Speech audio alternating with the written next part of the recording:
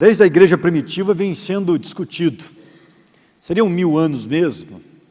Ou seria uma passagem simbólica demais, a ponto de não ser literal aí no livro do Apocalipse? Então essa discussão é uma discussão à parte. Esse chamado quiliasmo, que é o nome técnico aí para a doutrina do milênio, e que vê o milênio literalmente. Então o nome dessa doutrina que vê o milênio de forma literal é quiliasmo. E é interessante que desde Justino, Marte, desde Tertuliano, Irineu, que o milênio é discutido. E depois, quando Agostinho, mais tarde, na história da igreja, começa a discutir o milênio, ele vem dar uma interpretação muito alegórica do milênio, não literal. E depois de Agostinho, a igreja fica muito tempo, na verdade por 12 séculos, sem discutir praticamente a doutrina do milênio. Até que no século XVIII, o milênio passa a ser discutido novamente, de forma ampla, no mundo da teologia, e os teólogos começam a discuti-lo novamente, principalmente através dos pietistas e também dos puritanos e dispensacionalistas. Só para você entender, existem 3 maneiras clássicas de nós interpretarmos o milênio que vai ser descrito aí. O texto vai falar de 1000 anos em que Jesus vai reinar sobre a face da terra. Tem 3 maneiras de se entender esse milênio. A maneira pré-milenista sustenta que esses 1000 anos serão literais. Jesus vai reinar mesmo 1000 anos sobre a face da terra, depois da grande tribulação. Ele volta, arrebata a sua igreja aos céus, céu que nós estamos vendo aqui, do nosso planeta, e com eles já, a sua igreja com corpos transformados, e com a igreja que já morreu, ressuscitada, ele reina 1000 anos sobre a face da terra, literalmente. Vai durar 1000 anos mesmo, na visão pré-milenista. E uma característica interessante é que ele reina através da igreja. A igreja vai reinar, a igreja ressuscitada, e a que estiver viva na época, essa igreja vai reinar junto com Cristo durante todo esse tempo. Existe uma doutrina, uma outra maneira de ver o milênio, que é o amilenismo. O amilenismo não acredita literalmente no milênio, como Agostinho vê o milênio de uma maneira assim, apenas figurada. Para o amilenista, nós já estamos vivendo o milênio, e Cristo está reinando hoje de forma invisível sobre a face da terra, e que o reino de Deus já está estabelecido plenamente aqui, e tudo que acontece aqui está debaixo do poderio do Senhor. E se está acontecendo alguma coisa errada, equivocada, é porque Deus está permitindo, porque Ele é o rei e Ele permite. Ok? Então, de acordo com um amilenista, não tem milênio no futuro literal. O milênio já está acontecendo agora. O problema do amilenismo está basicamente no fato de que a Bíblia parece trazer a ordem cronológica das coisas. E aí nós teríamos que entender o milênio fora da sua cronologia bíblica. Se o milênio está acontecendo agora, a grande tribulação vem depois. E aí nós temos um problema de cronologia. Mas o amilenista entende isso tranquilamente, e alguns até defendem a questão da tribulação também já acontecendo na época da igreja primitiva. E por isso o milênio seria hoje. Ok? A visão pós-milenista, porque tem pré-milenista, amilenista e pós-milenista. O pós-milenista vê de uma outra maneira. Ele acredita que o milênio acontecerá mais para o fim dos tempos, mas antes da grande tribulação. Então, Jesus Cristo chegará a todos os povos da terra, as pessoas vão se converter em massa, e dessa forma a igreja estará reinando sobre a face da terra. Seria um milênio onde Cristo não estará fisicamente presente, mas através da igreja. Entendeu a diferença? Pré-milenismo, amilenismo e pós-milenismo. Pré entende que o milênio é antes do céu, lá no final, depois da grande tribulação, 1000 anos literais. Amilenismo, estamos vivendo o milênio hoje, não de forma literal, figuradamente. Não tem milênio literal, por isso, amilenismo. E pós-milenismo, o milênio é no fim dos tempos, antes da grande tribulação, a igreja vai praticamente evangelizar o mundo e muitos vão se converter. Aí você diz assim, pastor, tá bom, para a gente aqui que é sua ovelha, e aí, por onde a gente vai caminhar? Bem, eu sou pré-milenista, confesso, eu acredito no milênio literal, até porque a gente vem interpretando o Apocalipse até agora literalmente. Não tem sentido usar o método histórico, gramatical, e quando chegar no milênio, a gente pular para um método mais alegórico.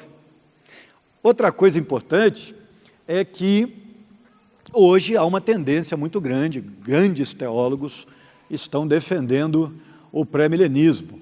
Os linguistas mais profundos da nossa atualidade são pré-milenistas, como é o caso do Sayão, por exemplo. Então, é uma tendência natural hoje, o pré-milenismo está em alta, depois do século XVIII ter trazido de volta o debate sobre o milênio, tudo bem? Mas nós respeitamos aqui as outras visões teológicas. No seminário, por exemplo, eu deixo claro, como professor de teologia, qual é a minha visão, mas nós ensinamos as três, e os seminaristas têm liberdade para que eles possam defender aquilo que quiserem nesse sentido. Eu, como professor, eu trago as três visões e os deixo à vontade para isso. É verdade que a disputa maior é entre pré-milenistas e amilenistas, porque o pós-milenismo hoje está praticamente em extinção. A última ideia que eu apresentei aqui quase não tem defensores nos dias de hoje. Então, entendendo que esse reino de 1000 anos de Cristo sobre a face da terra será de fato assim, literalmente com 1000 anos, nós vamos começar a estudar o Apocalipse e o texto que fala desse tal milênio. Tá bom? Vamos lá? Versículos de 1 a 3 hoje promete ser curto. O texto é claro, é simples, ele não tem tantas complicações e não tem tanta necessidade de explicação, ele é quase autoexplicativo. Então vamos lá, versículos, aliás não é de 1 a 3 não, versículo 1 no início, depois nós vamos estudar o 2 e o 3 juntos, só o 1 agora.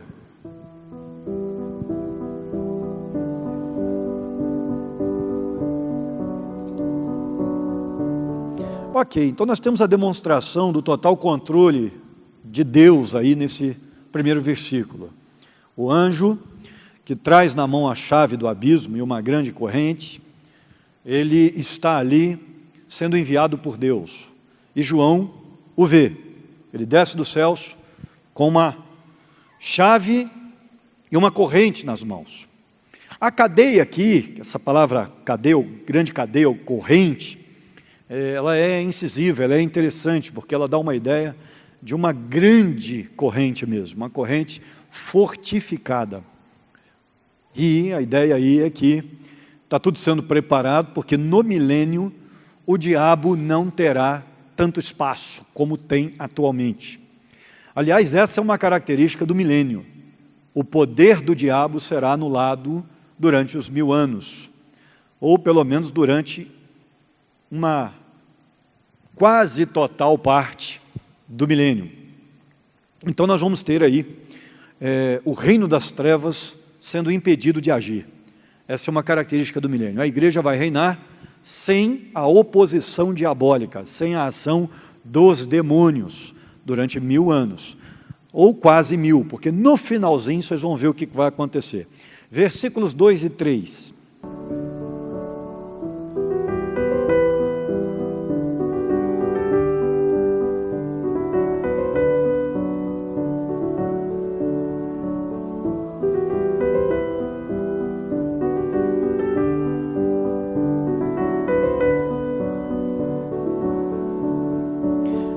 Rapaz, você está nesse clima de Apocalipse, o negócio já é tenso. Entra o Ernesto com essa voz.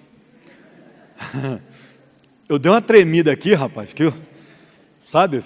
Falei, pronto, chegou o Cid Moreira, já tem o Orozemi, né?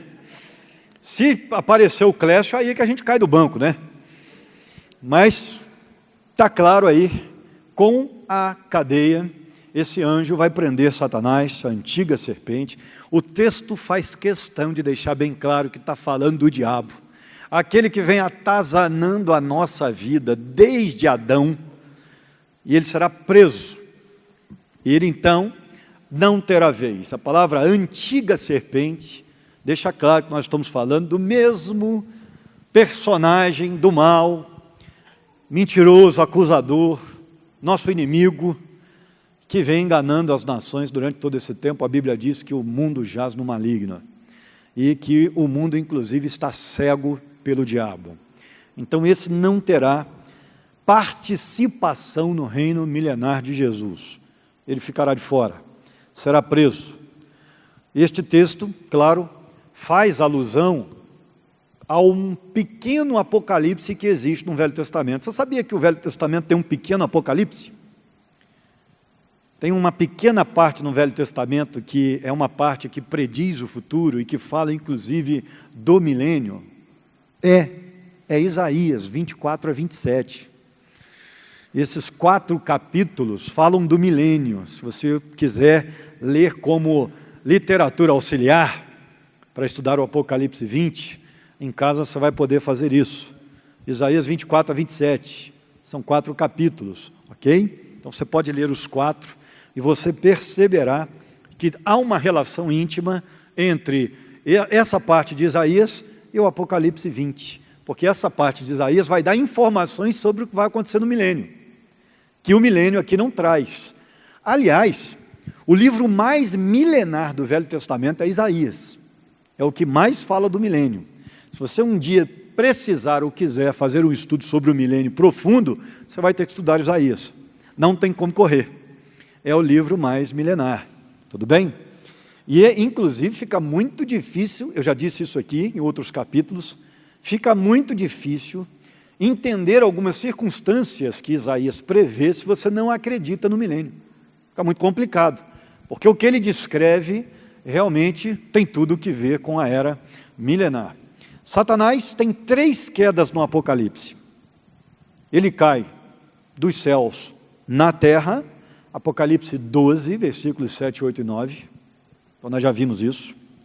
Nós já vimos também que no capítulo 20 aqui, versículos 1 e 3, ele cai também da terra para o abismo. E mais um pouquinho para frente, no versículo 10, você vai ver ele cair do abismo para o lago de fogo. Ou seja, ele volta à terra, arrebanha os seus e cai para o lago de fogo. Então ele tem 3 condenações seguidas, o diabo aí. E a gente vai poder ver as outras, aliás, pelo menos a última, ainda neste capítulo. Versículos 4, aliás, só o 4, vamos lá.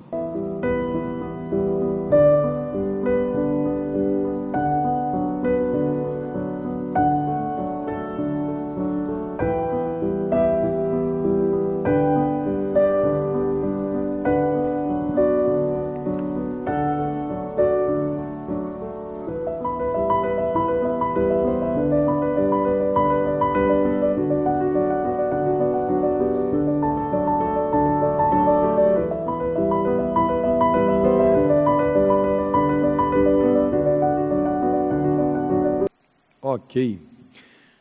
Eu não sei se você prestou atenção num detalhe, no capítulo 19, semana passada, eu falei do anacronismo desses mártires, de uma revelação meio proléptica, antes da hora.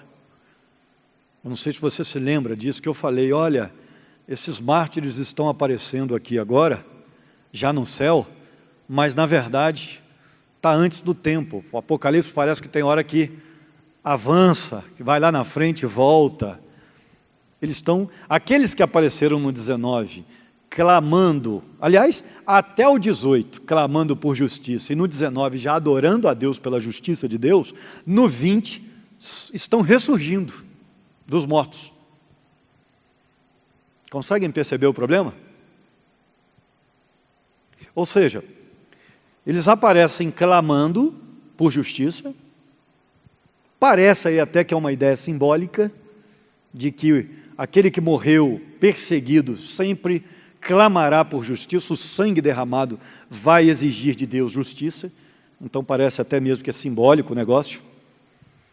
No capítulo 19, que nós estudamos na semana passada, eles aparecem louvando a Deus pela justiça que está sendo feita, porque a Babilônia, a grande meretriz, está caindo, o sistema romano, estudamos isso semana passada, e eles já estão adorando, e parece que o Apocalipse busca uma cena que, em relação à nossa cronologia, nosso tempo, parece que é uma cena que é mostrada antes de fato acontecer.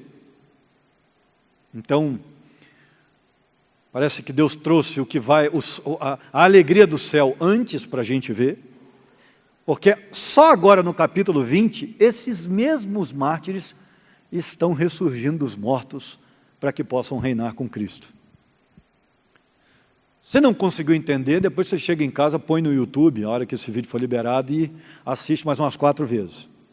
Porque eu não posso ficar explicando muito. Mas, viu como é que parece que está fora do tempo? Os caras nem ressuscitaram ainda, já estavam adorando no capítulo passado. É porque na eternidade não tem tempo. Ou então tudo aquilo era muito simbólico. Por isso que vale a pena você ver a série toda, para você entender a questão. Tudo bem? Aqui nós temos a distribuição dos galardões. Nós que acreditamos no milênio literal, temos essa possibilidade de interpretação. Por quê? Porque a Bíblia diz que todo mundo vai receber a mesma coisa no céu. Aquele que chegou por último vai receber a mesma coisa daquele que já estava há muito tempo na igreja. Ou seja, a Bíblia diz que o ladrão da cruz, por exemplo, entrou no paraíso e está tudo certo. Da mesma forma que Abraão está com o Senhor, no seio do Senhor. Agora, o ladrão da cruz não teve tempo de trabalhar na obra. Abraão foi um pai da fé. Eles vão receber a mesma coisa? A parábola que Jesus contou demonstra isso, dos trabalhadores. Que o que chegou depois ganhou a mesma coisa do que estava trabalhando o dia inteiro. Esse é um contexto de céu. Céu. Mas o Novo Testamento também vai dizer que cada um vai receber conforme o que fez, conforme as suas obras. Claro que isso pode ter uma interpretação generalizada, no sentido de obra para a salvação ou obra para a perdição. Se você teve fé, automaticamente você vai receber conforme a sua fé. Se você não teve, você vai ser punido por isso, porque você não creu em Jesus, não andou com Ele, não o seguiu. Então suas obras seriam genéricas aí. Agora tem gente que acredita que não. Tem gente que acredita que cada um vai receber a devida recompensa pela obra que realizou na vida da igreja na face da terra. Eu sou um desses. Então, se cada um vai receber conforme aquilo que fez, e no céu não tem diferença, nós temos que entender que galardões diferentes estarão presentes no milênio. Quem crê no milênio tem essa opção. No céu não vai ter diferença, mas no milênio cada um recebe conforme suas obras. Cada um vai ser mais recompensado ou menos recompensado quando for administrar o mundo ao lado de Jesus. Uns serão prefeitos, governadores, vereadores, outros serão pessoas que vão cuidar da administração, da limpeza, não sei, mas cada um vai receber conforme suas obras. Então, para uma interpretação literal do milênio, isso é cabível. Durante 1000 anos, essa pessoa será honrada de uma maneira diferente. Mas, pastor, isso não vai causar ciúme? Não vai, nós vamos estar isentos de pecado já. Graças ao Pai, teremos vencido o pecado. Então, isso não vai acontecer, não vai haver inveja, nada. Muito pelo contrário, vai haver um sentimento de justiça, porque nós não vamos ter pecado. Eu vou olhar para o André e vou falar assim, não, o André realmente merece isso aí, porque está certinho. Pelo que o André fez, está tudo certo. Está legal. 1000 anos aí, bem, está tudo certinho, legal. E eu estou aqui, abaixo do André, tendo que passar a flanela no sapato dele, e está certo, né? Está certo, porque, louva a Deus e tal, porque eu estou passando a flanela no sapato aí do André. É assim que vai funcionar. André? É mais ou menos dessa forma. Eu vou entender que, porque Deus é justo, e eu não vou ter pecado. Então, eu vou entender com justiça. Isso é bem interessante. E é interessante também nesse versículo 4, a gente entender que o texto é muito claro, e ele fala mesmo de 1000 anos. Seria muito lógico a gente entender realmente 7 anos de grande tribulação, e depois, quando chegam os 1000 anos, a gente não entende como 1000 anos. Ou a gente entende tudo alegoricamente, ou a gente entende tudo literalmente. Ok? Não dá para ter 2 tipos de medida quando nós vamos interpretar o Apocalipse. Versículo de número 5.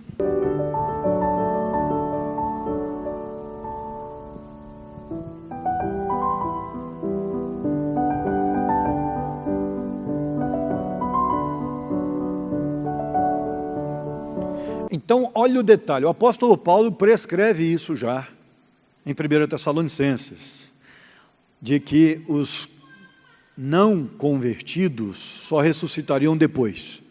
Aí vem João e diz a mesma coisa, que de acordo com o nosso querido irmão Lucas, os mortos em Cristo ressuscitarão, imediatamente. Mas os mortos em Cristo só ressuscitarão depois dos 1000 anos. Os crentes ressuscitam primeiro, para o milênio, para reinarem com Cristo. Aqueles que morreram sem Jesus, só depois do milênio. Pastor, vão ficar esperando ainda mais 1000 anos? Não, eles não vão esperar nada, querido. Lembra? Fecha o olho aqui, é imediato. Lembra do ladrão da cruz? Ainda hoje, ou por quê? Porque você vai morrer hoje.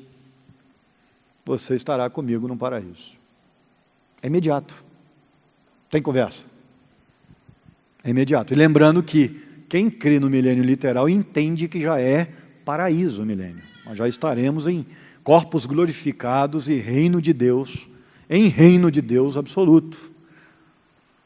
E outra coisa interessante é que, se você perceber aí o princípio do capítulo 21, é o céu que desce para a terra. Então não tem esse negócio que a gente vai para o milênio, fica entre céu e depois vai para o céu. Não. A gente está no entre céu, está certo. Mas é o céu que vem. Então não esqueça desse detalhe. Então não tem aí esse negócio de, vai para o semicéu, depois para o céu. Não. Estaremos já no estado celestial. Já estaremos em vida celestial. Ok? O texto fala de uma primeira ressurreição, inclusive. Por quê? Porque tem a segunda. A segunda ressurreição é a do céu, é Apocalipse 21. Então é a ideia de vida, tudo bem? A primeira é para o milênio, a segunda é para a Nova Jerusalém. Então aí é que o corpo deixa de ter característica humana mesmo, e vai para o céu de uma maneira absoluta.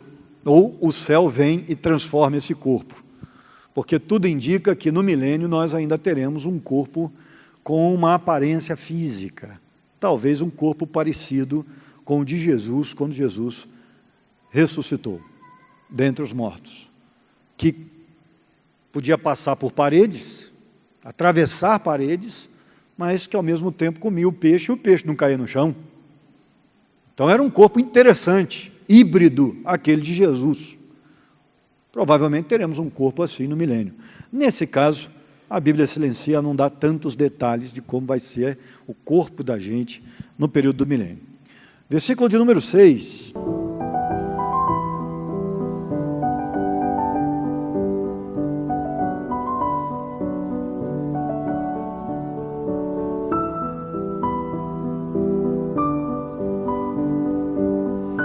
Bem-aventurados, felizes. Por quê? Porque não tem outra chance. Se você morrer, ou você vai para o milênio reinar com Cristo primeiro, ou você vai para o inferno depois do milênio. Então, bem-aventurados aqueles que participam da primeira ressurreição. Esses são os felizes, que entrarão no céu. Porque quem não participar dessa primeira ressurreição, vai direto para o inferno. Então a coisa é complicada. Por isso que felizes, bem-aventurados. Segunda morte não tem poder sobre eles. Por quê? Porque a primeira é a física. A gente morre nesse mundo. Mas quem vai para o milênio não tem a segunda morte. Para a gente entender essa questão de segunda morte, a gente tem que entender morte como separação, não como fim das coisas. A morte física é a separação entre corpo, a parte material, e alma e espírito, a parte imaterial do homem. Então, quando o espírito deixa o corpo, esse camarada morre. É uma separação entre a parte imaterial e a parte material. Então, morte na Bíblia não é fim de nada. Ela é separação. Se a pessoa vive aqui, mas ela não tem vida com Jesus, ela está morta espiritualmente falando. Ela está separada de Jesus aqui na terra. Essa é a morte espiritual. E quando a pessoa parte nesse estado de morte espiritual para a eternidade, ela vai viver lá separada de Deus. Então ela morre eternamente. Ela é separada de Deus eternamente. Essa é a morte eterna. São 3 os tipos de morte. Só que o crente, ele mata os 3 tipos de morte. Porque a morte física, o Senhor ressuscita. Então ele vence a morte física. Se ele é de Cristo, ele já, brincando com vocês de novo, matou a morte espiritual durante a sua vida terrena. Porque ele era um morto espiritual, mas ele se encontrou com Cristo e recebeu vida no seu espírito. Então ele não mais é um morto espiritualmente falando. E também não terá mais a segunda morte que ele teria depois da física, que é a morte eterna. Então, ele não vai ter que passar por isso. Por isso que a Bíblia diz aí, a segunda morte não tem poder sobre os crentes. Você vai morrer fisicamente, vai ressuscitar e não vai morrer de novo. Porque eternamente você não vai ficar separado do seu Pai. Amém? Por isso que vale a pena manter a fé em dia, caminhar com o Senhor. Se você é crente, você manterá. Ok? O reino de Deus é para aquele que permanecer ao lado do Senhor. Pastor, mas e aquele que se desvia? Pô, se ele se desviou e conseguiu ficar longe de Deus, ele nunca foi de Deus. 1 João capítulo 2, versículo 19. Saíram do meio de nós porque não são dos nossos. Se fossem dos nossos, estariam entre nós. O texto é claro. Aqui se cumprirão profecias do Velho Testamento, no reino milenar, nessa época em que vamos reinar com Cristo, onde uma criança vai poder brincar com a cobra e não vai ser mordida por ela. Isso o texto de Isaías 11 vai dizer, versículo 6, e o leão vai pastar junto com o cordeiro, e eles terão paz. O milênio será um reino de paz, porque é o reino do nosso Cristo. Essa paz que você tem hoje no coração será uma paz universal, todos terão. E interessante que nessa época nós vamos comer novamente à mesa com Jesus. Aliás, ele comerá novamente com seus discípulos. De acordo com Lucas 22:16, ele voltaria e comeria conosco novamente. E aí então ele vai estar fazendo refeições conosco. Vai ser um negócio emocionante, não é verdade? Almoçar com Jesus assim vai ser um negócio fantástico. E eu tenho quase certeza que ele deve curtir uma picanha, viu? Olha, vai ser muito legal. E o que acontece com o diabo? A partir de agora a Bíblia vai falar do destino dele. Antes de falar do céu, no capítulo 21, capítulo que vem, por aí, ele vai falar do que acontece com o diabo primeiro. E com todos os inimigos de Deus, consequentemente, com todos aqueles que não quiseram seguir a Deus, caminhar com Deus. Versículos 7 e 8.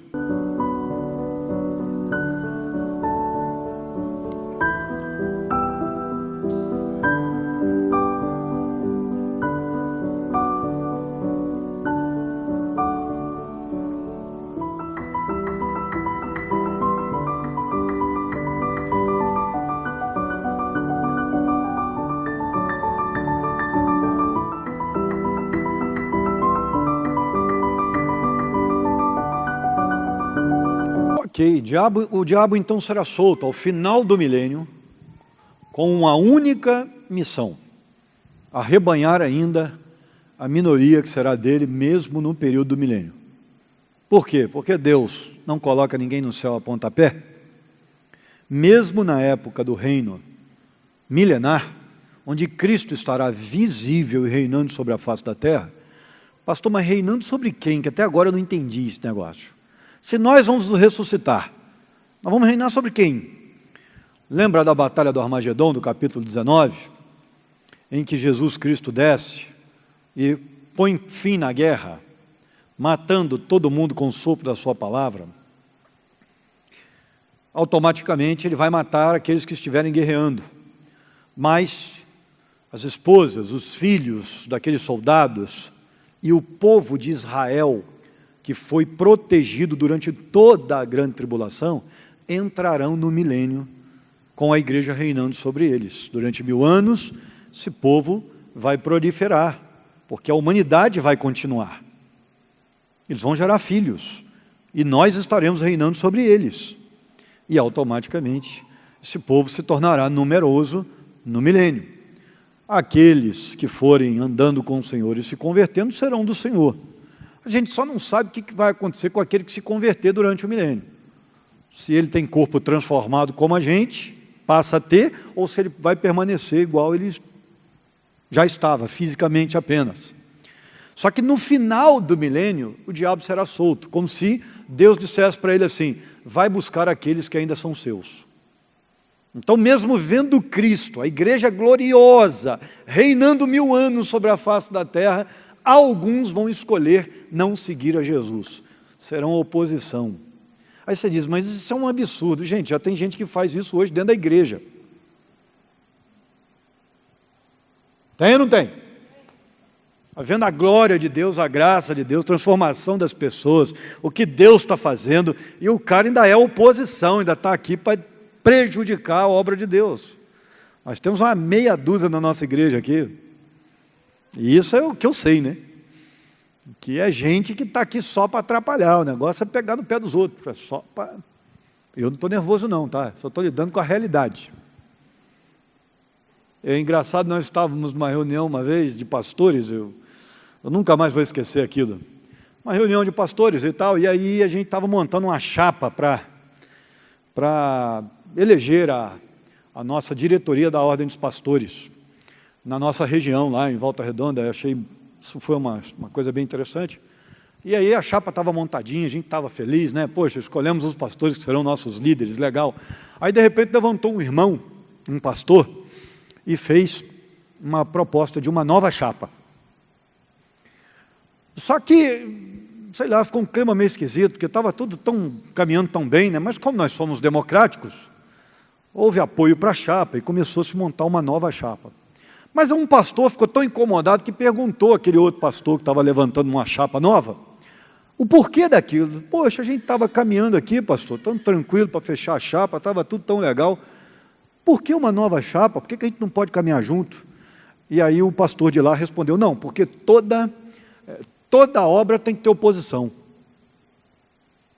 Aí aquele pastor que fez a pergunta falou, pastor, nós já temos oposição. O diabo já é nossa oposição. Nós não podemos e nem devemos ter oposição dentro do nosso grupo. Porque nós já temos oposição demais. O diabo já conta demais com esse mundo inteiro contra a gente. E eu nunca mais esqueci aquilo. E no final, a chapa que foi montada primeiro ganhou e ganhou de monte. Então, realmente foi uma coisa marcante para mim, quando eu vi aquele debate e vi aquela palavra daquele jovem pastor, né? Falou, já temos oposição demais, se a gente tiver oposição interna ainda, aí ninguém aguenta, né? Mas que Deus nos dê graça, porque temos, isso é uma realidade, e no milênio isso vai acontecer. Pequeno percentual lá vai se voltar contra Cristo, e aí então o diabo chegará para ser líder daquele pequeno grupo, para que Jesus venha e mande todos eles para o lago de fogo eterno. Essa é a realidade do que vai acontecer aqui. As palavras Gog e Magog que aparecem aí, são palavras que remontam à ideia de destruição, o significado de destruição, de impiedade. Então essa é a ideia que está no texto. Versículo 9.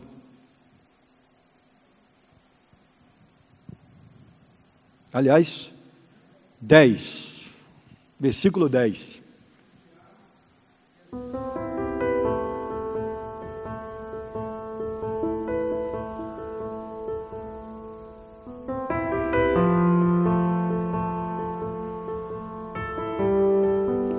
Ok, é o fim do diabo então, pelo menos o fim da sua operacionalidade. Ele será impedido de agir daí em diante, porque será punido para todo sempre. É o castigo que lhe espera hoje. Ele será atormentado de dia e de noite, uma expressão para constantemente, durante todo o tempo, longe de Deus, ele será punido.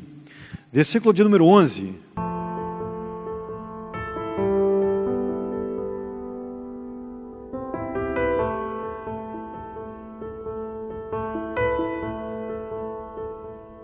Ou seja, o mundo quis fugir de Jesus, né, e de Deus, na grande tribulação, escondeu o rosto para não ter que ver.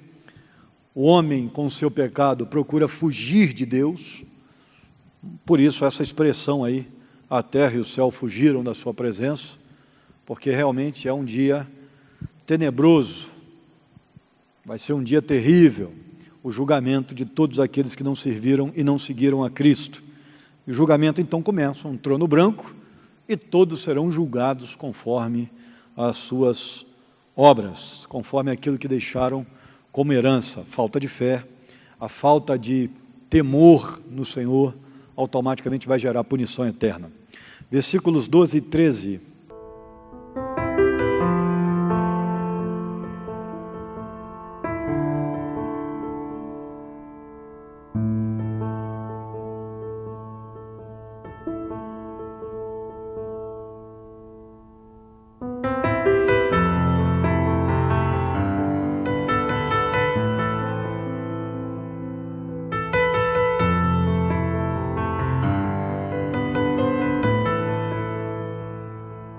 Ou seja, esses dois versículos querem dizer apenas que ninguém vai escapar do julgamento. Grandes, pequenos, aqueles que morreram no mar, aqueles que morreram na superfície da terra, seca, todos vão aparecer diante do julgamento. Ninguém vai escapar, ninguém escapa aos olhos de Deus, ninguém. E a palavra Hades aí que aparece, ela tem o significado apenas genérico, ela tem um sentido assim, mundo dos mortos. Ou seja, quem passou para o lado de lá vai ser apresentado. Essa é a ideia que aparece aí, tá? Não entenda como inferno se a sua tradução já está traduzindo como inferno, porque a ideia ainda não é inferno.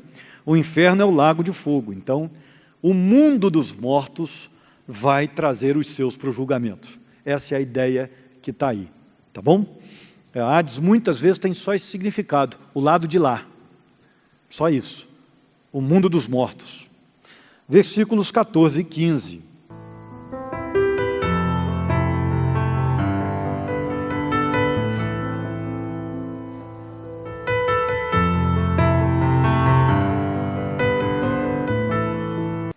Ok, então nós temos aí a sentença final. Todo aquele que não tem o nome no livro da vida, todo aquele que não pertence a Cristo, não andou com Cristo, não seguiu Cristo, não temeu ao Senhor Todo-Poderoso, será lançado no inferno. Não tem como fugir disso. Isso é uma realidade bíblica, e quem se levanta para falar que o inferno não é verdadeiro, não é verdade, que ele não é literal, no mínimo ou não conhece de Escritura, ou então julga que Jesus não falou a verdade. Porque Jesus é o elemento que mais vai falar sobre o inferno no Novo Testamento. Então não tem como correr dessa realidade. O inferno existe, ele é real, e ele está preparado para o diabo e aqueles que seguem as suas orientações. Então ele não foi criado para você, mas consequentemente, se você seguir as orientações do diabo, a penalidade do diabo será a mesma para você, porque você o seguiu. Então que fique aí registrada a nossa preocupação. O que é que nós estamos fazendo, né? da vida da gente, o que as pessoas do nosso lado estão fazendo, o que nós estamos fazendo para apresentar o Evangelho e falar dessa realidade, porque a coisa é urgente. A pessoa que você ama, que você conhece, pode morrer amanhã, pode morrer nessa madrugada. A Bíblia fala dessa realidade trágica, da surpresa. Nessa noite, podem pedir a sua alma. E aí? O que é que você vai apresentar do outro lado? O que você terá para apresentar? Isso vale para nós, vale para uma reflexão nossa, e vale também para uma reflexão quanto ao nosso evangelismo, quanto ao ID de Jesus. Estamos pregando, estamos falando de Jesus, estamos anunciando as boas novas àquele que ainda não crê. Nós precisamos fazer isso. Domingo nós tivemos várias pessoas aqui, através da Operação André, vários convidados. Teve até gente pagando pizza mesmo, que eu falei, você que trouxe o convidado, cobra aí, porque esse camarada que trouxe você tem que pagar a pizza. O Joaquim pagou pizza domingo, pagou ou não pagou, Joaquim? Ainda me convidou ainda para comer a pizza. Só que eu tinha um gabinete, não tinha jeito, né? Eu estava com atendimento aí, doido para comer a pizza lá, mas não rolou, né? Mas foi uma festa. Várias pessoas vieram à frente, gente que eu nunca vi. E aconteceu uma coisa interessante no domingo. Eu percebi que muitos convidados entre nós se adaptariam melhor a uma pregação simples, a uma pregação, inclusive, bem direta. E eu mudei o rumo da pregação, no meio da pregação, comecei muito tecnicamente, falando da videira, aquela situação da videira como símbolo em Israel. E quando eu comecei a perceber o plenário, eu falei, não, espera aí. Eu comecei a jogar a situação para muito particularmente, para uma situação do meu testemunho, quase que eu dei o testemunho de novo, né? Para falar do que Cristo pode fazer na transformação de uma vida. Orientação de Deus, nós tivemos aqui várias pessoas à frente, ou seja, a igreja está fazendo a parte dela, né? Levando uma estratégia até você, para que você convide as pessoas, traga as pessoas, para que elas possam ouvir a palavra. Se você tem dificuldade de levar, se você tem dificuldade de evangelizar alguém, mas não deixe de convidar, não deixe de falar do amor de Deus. Nós precisamos fazer isso. Está aí. O inferno está às portas de quem está vivo. Há um teólogo que diz isso. O inferno está às portas de quem está vivo. Então, muito cuidado. Nós precisamos pregar o Evangelho. Amém, irmãos? Que Deus nos abençoe nessa tarefa maravilhosa.